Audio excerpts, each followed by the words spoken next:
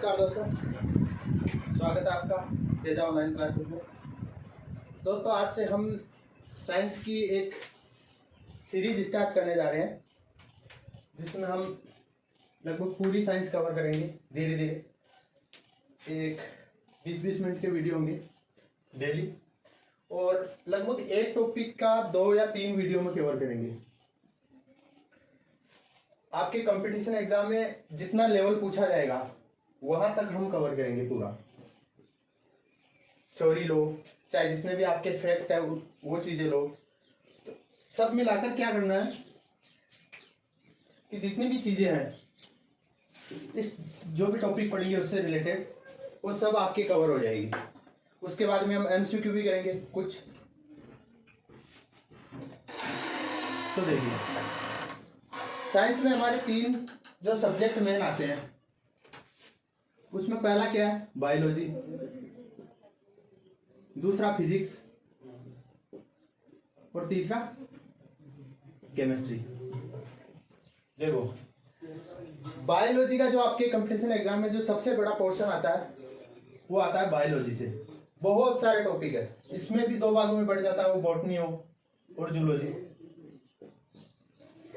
बहुत सारे टॉपिक है इसमें, पादपों के ऊतक के बारे में वर्गीकरण है। आप जूलॉजी में देख लो, पूरा मानव शरीर है, मानव रोग है, बहुत सारे टॉपिक है। तो सबसे पहले हम किसका अध्ययन करेंगे? बायोलॉजी का।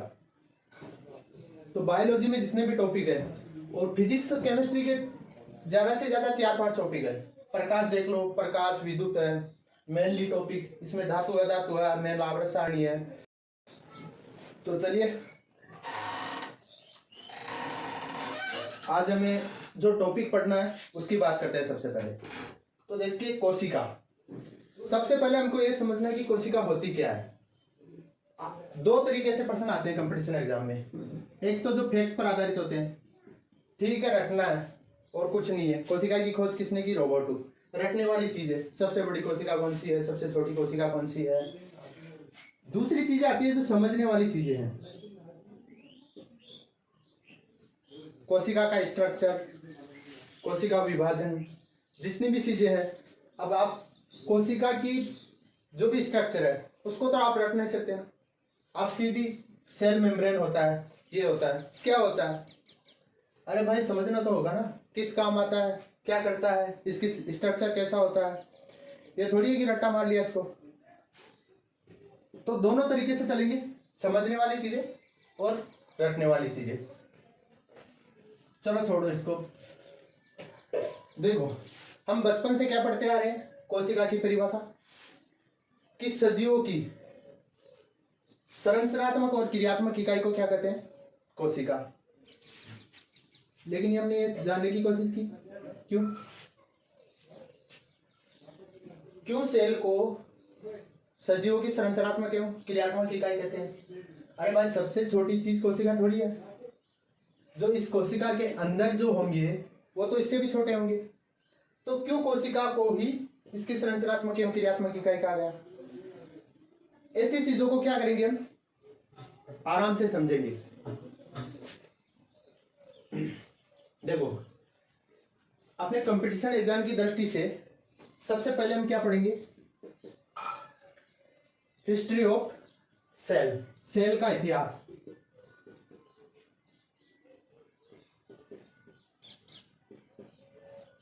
सेल की खोज किसने की, सबसे पहले इसके बारे में किसने पता लगाया, इसका अध्ययन हम किस में करेंगे? History of cell.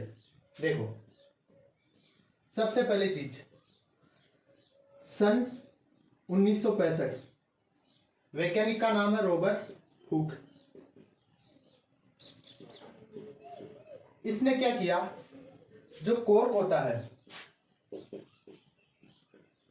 कॉर्क क्या होती है? जो पेड़ की ऊपर वाली जो छाल सूख जाती है, उस छाल क्या होती है? पेड़ की छाल। चीजों को समझना है। कॉर्क क्या होती है? पेड़ की छाल। इस छाल को, इसकी कोशिकाओं को काट कर इसने क्या किया? माइक्रोस्कोप में देखा। तो रॉबर्ट हुक ने क्या पाया कि जो मधुमक्खी के छत्ते में जो इस प्रकार की जो संरचनाएं होती है, तो माइक्रोस्कोप में मधुमक्खी के छत्ते के समान इसको क्या दिखाई दी, संरचना। तो इन संरचनाओं को इसने क्या नाम दिया, सीलिया, जो आगे जाकर क्या किस नाम से जाना गया, सेल। देखो कोशिका का जो इंग्लिश नेम है वो सेल है, लेकिन जो वैज्ञानिक दृष्टि से, जो वैज्ञानिक भाषा में कोशिका को कहा जाता है, उसमें किसका यूज लिया जाता है, साइटो। साइटो मीन कोशिका। तो कोशिका का अध्ययन क्या कहलाएगा, साइटोलॉजी। साइटोलॉजी। सेल वैज्ञानिक नाम नहीं है, किसका, कोशिका का। आगे देखिए, रोबोट हुक से संबंधित एक दो बातें और देख लेते हैं। देखिए मधुमक्खी के समान संरचनाएं दिखाई दी, उसके बाद में अगली बात क्या आती है, मृत कोशिका। देखिए रोबोट हुक ने सबसे पहले किसको देखा था, मृत कोशिका को, न कि जीवित कोशिका को। कंपटीशन एग्जाम में प्रश्न पूछ लिया जाता है, सबसे पहले मृत कोशिका की खोज किसने की, रोबोट हुक। अगर जीवित आ गया, जीवित कोशिका की खोज सबसे पहले किसने की, आपने टिक कर दिया, ठीक है। कोशिका की खोज तो रोबोट हुक ने की थी, और कौन होगा, तो वो क्या हो जाएगा आपका, गलत हो जाएगा। तो रोबोट हुक ने क्या किया था, सबसे पहले मृत कोशिका की खोज की थी, न कि जीवित कोशिका की। देखिए कैसे, पेट की छाल होती है, तो कोशिका में जितने भी अंग होते हैं, माइटोकॉन्ड्रिया हो, राइबोसोम हो या सेल मेम्ब्रेन हो, जितने भी अंग क्या होते हैं मृत कोशिका में सब नष्ट हो जाते हैं। उसके बाद में सिर्फ उसमें क्या बचती है, कोशिका भित्ति। तो रोबोट हुक ने क्या देखा था, सबसे पहले मृत कोशिका को, ठीक है। अगर मृत कोशिका है, सभी अंग लुप्त हो गए, मतलब नष्ट हो गए, तो सिर्फ सेल मेम्ब्रेन बची। तो एक्चुअल में इसने किसको देखा था, सेल मेम्ब्रेन को।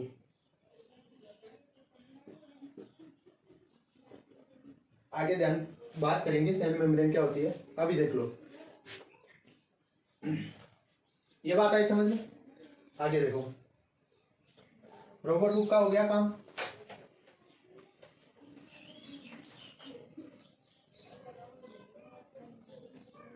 दूसरी बात क्या आती है, देखो साइंस में क्या होता है ना, पुराने वैज्ञानिक आए, उन्होंने कुछ बात कही, नई खोजें होती जाती है, तो पुराने वाले जितने भी वैज्ञानिक है उनके अपवाद सामने आते हैं। दूसरे वैज्ञानिक हुए, देखो मृत कोशिका की बात रोबोट हुक हो गई हमारी। दूसरी आती है जीवित कोशिका।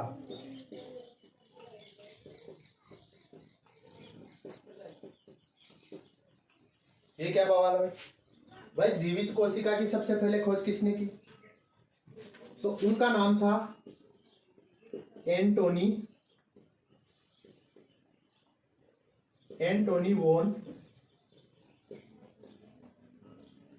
ल्यूवेनहोक। Antonie van Leeuwenhoek. इसका कोई इलाज नहीं है, इसको रखना पड़ेगा आपको, और तो क्या इलाज हो सकता है इसका। तीसरी बात क्या होगी, देखो तीसरी बात आती है हमारे सामने, कोशिका सिद्धांत।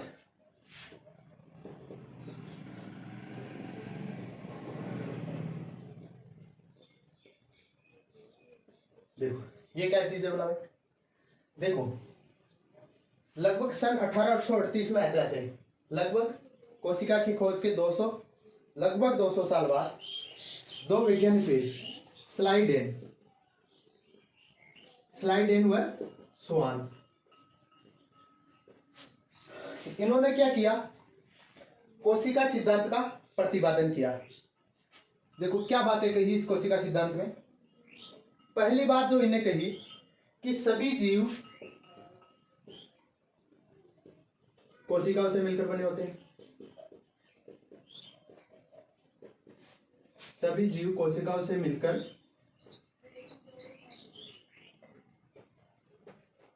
बने होते हैं। जितने भी जीव, जितने भी सजीव, चाहे वो पेड़ हो, पौधा हो, कुछ भी हो, वो किससे बने होते हैं, कोशिका से।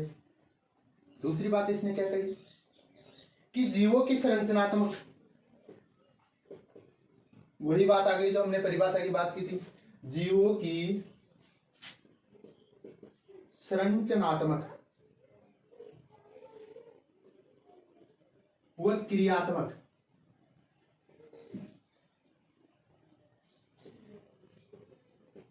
इकाई कोशिका है।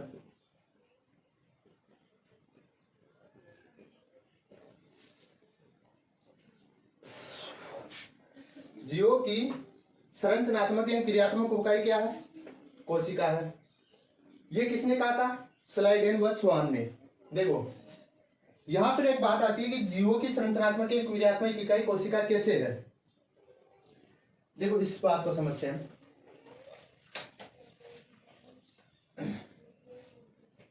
देखो हमारा शरीर में जो छोटी से छोटी, पूरा शरीर कोशिका से मिलकर बना। कोशिका में बहुत से कोशिका में पाए जाते हैं। राइबोसोम है, माइटोकॉन्ड्रिया है। तो ये क्या होंगे? इस कोशिका से तो छोटे होंगे। लेकिन स्लाइडेन और स्वान ने क्या बताया कि जीवों की संरचनात्मक एवं क्रियात्मक इकाई जो होती है वो क्या होती है? कोशिका। अरे भाई ये क्यों नहीं हुआ? माइटोकॉन्ड्रिया क्यों नहीं हुआ? भाई संरचनात्मक रूप से कोशिका से छोटा हुआ, माइटोकॉन्ड्रिया, राइबोसोम। इनको क्यों नहीं कहा गया? इनको संरचनात्मक एवं क्रियात्मक इकाई क्यों न कहा गया? तो देखो हमारा शरीर क्या करता है? सभी कामों को करता है। जैसे देख लो, शोषण करता है, पाचन की क्रिया को संपादित करता है, रक्त परिसंचरण करता है, प्रोटीन का संश्लेषण करता है। तो हमारे शरीर की तरह वैज्ञानिकों ने क्या कहा? एक शब्द पकड़ो आप, क्रियात्मक, मतलब क्रिया के आधार पर जो वो सारे काम करे जो हमारा शरीर करता है। राइबोसोम कोशिका में देख लो ना, आगे पढ़ेंगे हम। लाइसोसोम भक्षण का काम करता है, पाचन का। लाइसोसोम क्या? लाइसोसोम। राइबोसोम क्या करता है? प्रोटीन का निर्माण करता है। उसके बाद आप में देखो जो अंतर्पर्दी हुई जालिका है वो वसा का संश्लेषण करती है, प्रोटीन का संश्लेषण करती है। तो इसीलिए इसको क्या कहा गया? संरचनात्मक एवं क्रियात्मक इकाई कहा गया। समझ में आई बात? हर चीज को समझते चलो। परिभाषा है तो वैज्ञानिकों ने क्यों दी? पता तो होना चाहिए ना। अगला टॉपिक देखो। इसके बाद में एक वैज्ञानिक हुए रुडोल्फ विर्चो। देखिए इसने क्या बताया? जो हमारी देखो सेल्स क्या होती है? थोड़े दिनों बाद हमारी सेल्स नई सेल्स में परिवर्तित होती है। पुरानी सेल्स नष्ट हो जाती है। उसके बाद में उससे क्या होता है? कोशिका विभाजन की, मान लीजिए यहाँ से कोई सेल नष्ट हो गई, चोट लग गई हमारे, तो क्या होगा? जो उसके पास में कोशिका होगी वो क्या कर लेगी? विभाजन कर लेगी और इस स्थान को क्या कर लेगी? भर देगी। अरे नहीं तो यहाँ खड्डा रह जाएगा। आपके चोट लगी कोई भी काम करते वक्त, तो क्या होगा? चोट लग गई, अगर कोशिकाएं वापस से विभाजन नहीं करेगी तो ये चोट ऐसी की ऐसी रह जाएगी, शरीर पर खड्डे खड्डे हो जाएंगे, प्रॉब्लम हो जाएगी ना। तो रुडोल्फ विर्चो ने क्या बताया कि नई सेल्स का निर्माण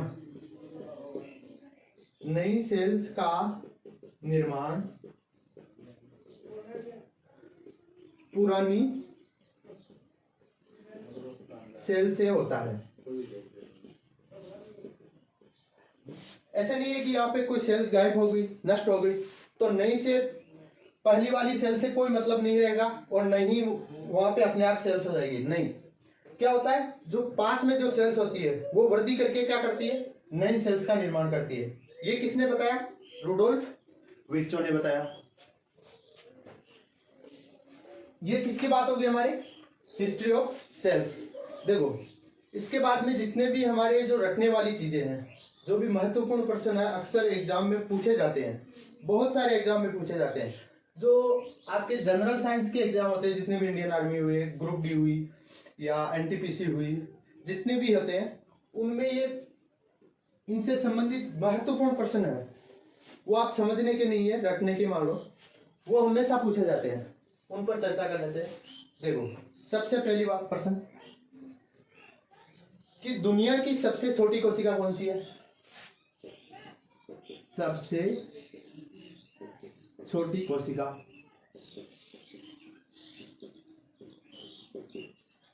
तो दुनिया की, वर्ल्ड की सबसे छोटी कोशिका कौन सी है? माइकोप्लाज्मा।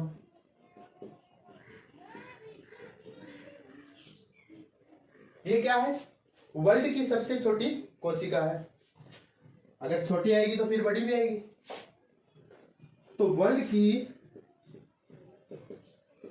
सबसे बड़ी कोशिका कौन सी है? जो शुतुरमुर्ग के अंडे की जो कोशिका होती है वो क्या होती है? वर्ल्ड के सबसे बड़ी कोशिका होती है। शुतुरमुर्ग के अंडे की कोशिका। नेक्स्ट देखो, वर्ल्ड की तो हमने देख ली, लेकिन जो मानव शरीर है, मानव शरीर से संबंधित भी बहुत सारे प्रश्न पूछे जाते हैं। मानव शरीर की सबसे बड़ी कोशिका कौन सी है? मानव शरीर की सबसे छोटी कोशिका कौन सी है? वो भी देख लेते हैं। तीसरी चीज, मानव शरीर की छोटी कोशिका। देखो, मानव शरीर की जो सबसे छोटी कोशिका होती है वो होता है हमारा स्पर्म, मतलब शुक्राणु। अगर सबसे छोटी कोशिका है तो सबसे बड़ी कौन सी है? ये भी देख लेते हैं। तो मानव शरीर की सबसे बड़ी कोशिका, देखो ये समझ लेना, ज्यादा टाइम वक्त बर्बाद होता है। कोशिका को सिर्फ को से डिनोट किया है, ऐसे बहुत सारा टाइम ऐसे ही बर्बाद हो जाता है। देखो, मानव शरीर की सबसे छोटी कोशिका है स्पर्म, तो सबसे बड़ी कोशिका कौन सी है? अंडाणु, जो मादा में पाया जाता है, ओवल। ये क्या है? मानव शरीर की सबसे बड़ी कोशिका है। अगली एक दो चीजें देख लेते हैं, देखो जो महत्वपूर्ण है। मानव शरीर की सबसे लंबी कोशिका कौन सा है? देखो, बड़ी और लंबी में अंतर समझना। बड़ी क्या होती है? साइज में बड़ी। जैसे आप देख लो, लाल किला इतना बड़ा है और कुतुब मीनार क्या है? बहुत लंबी है। तो बड़ी और लंबी, तो लंबी कोशिका, मानव शरीर की सबसे लंबी कोशिका कौन सी है? न्यूरॉन्स। सर में जो कोशिकाएं पाई जाती है, न्यूरॉन्स। एक दो चीजें और देख लो जो आपके महत्वपूर्ण है। देखो, मानव शरीर में सबसे तेजी से विभाजन किस कोशिका में होता है? जो सबसे तेजी से सबसे तेज विभाजन, मानव शरीर में सबसे तेज जो कोशिका विभाजन होता है वो होता है न्यूरॉन्स में। देखो, न्यूरॉन्स किस में पाई जाती है? हमारे सॉरी सबसे धीमा विभाजन, सबसे धीमा जो कोशिका विभाजन होता है वो किसमें होता है? न्यूरॉन्स में, जो अधिकतर हमारे सिर में पाई जाती है। देखो, हमें क्या होता है, जब बाइक पे चलते हैं तो प्रोटेक्ट के लिए हम सर पर क्या पहनते हैं? हेलमेट। हेलमेट क्यों पहनते हैं? बाकी शरीर के हमारे बाकी भी तो पार्ट है, ऐसे थोड़ी हाथ में भी तो कुछ पहनना चाहिए, नहीं तो क्या होगा? हाथ टूट जाएगा। शरीर इतना इंपॉर्टेंट क्यों है? तो देखो, सर में कौन सी कोशिका होती है? न्यूरॉन्स। अगर ऊपर आप मोटरसाइकिल से गिर गए, हेलमेट नहीं पहना, ऊपर वाली अगर चमड़ी हटेगी तो क्या होगा? ठीक है, चल जाएगा। लेकिन और गहरा चोट लग गया, कोई पत्थर से माथा फूट गया आपका, तो क्या होगा? उससे क्या फर्क पड़ेगा? आपकी न्यूरॉन्स, जो सर में जो कोशिका विभाजन होती है, जो जितनी भी कोशिका है वो नष्ट हो जाएगी। तो यहाँ क्या होता है? धीमा विभाजन, यहाँ विभाजन ही नहीं होता है, तो उससे क्या हो जाएगी? आपकी मौत हो जाएगी। इसलिए आपको क्या कहा जाता है कि सर पर क्या पहनना चाहिए? हेलमेट।